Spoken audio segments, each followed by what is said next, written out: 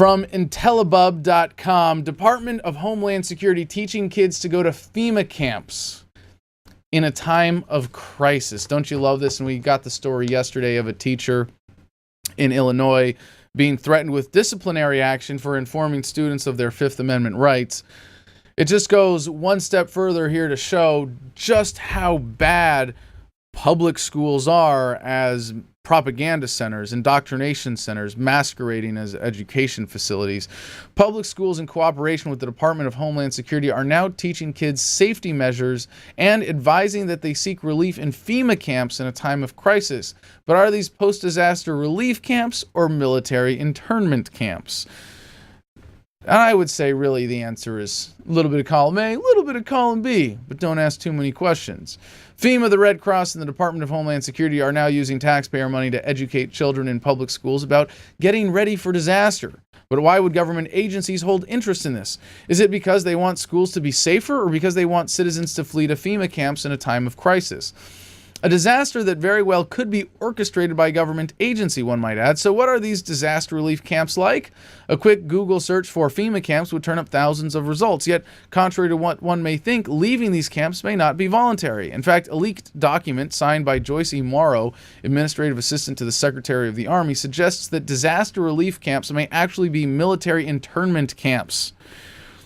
We've heard all this before, but putting it together with the abuse of children gives it a scarier edge. Let's go over this. The document is titled Internment and Resettlement Operations, and it describes these camps in great detail, stating that civil support is the Department of Defense support to the civil authorities for domestic emergencies. Civil support includes operations that address the consequences of natural or man-made disasters, accidents, terrorist attacks, and incidents in the United States.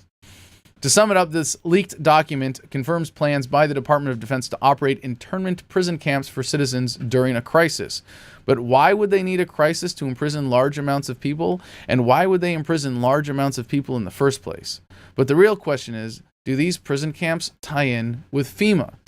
Now, for all of the potential conspiracy theories behind this, there is a reality to what these camps represent, what they are, what the military has planned for them. I mean, it's out there. It's in black and white. We have the documents.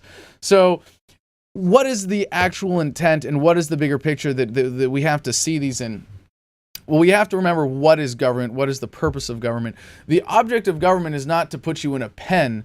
The object of government is to exploit you, to rip you off, to do the bidding of its sponsors so that they make money. It's really not that hard to understand. So if that's the case, is this a fear tactic? And if that's what it is, should you be afraid that at some point you're going to be rounded up and put in a FEMA camp? Well, it's certainly possible, and it's a realistic threat that you should be aware of and be ready to resist if possible, if necessary. But when it comes down to it, is this what is the master plan for government, that they're going to round everybody up and put us in FEMA camps? No, obviously not. And so, if so, is FEMA preparing children in public schools to accept going to an internment camp if there is a disaster? Yes, and that's a problem. Perhaps the military internment camps to be used for disasters and the FEMA camps to be used in times of crisis are unrelated.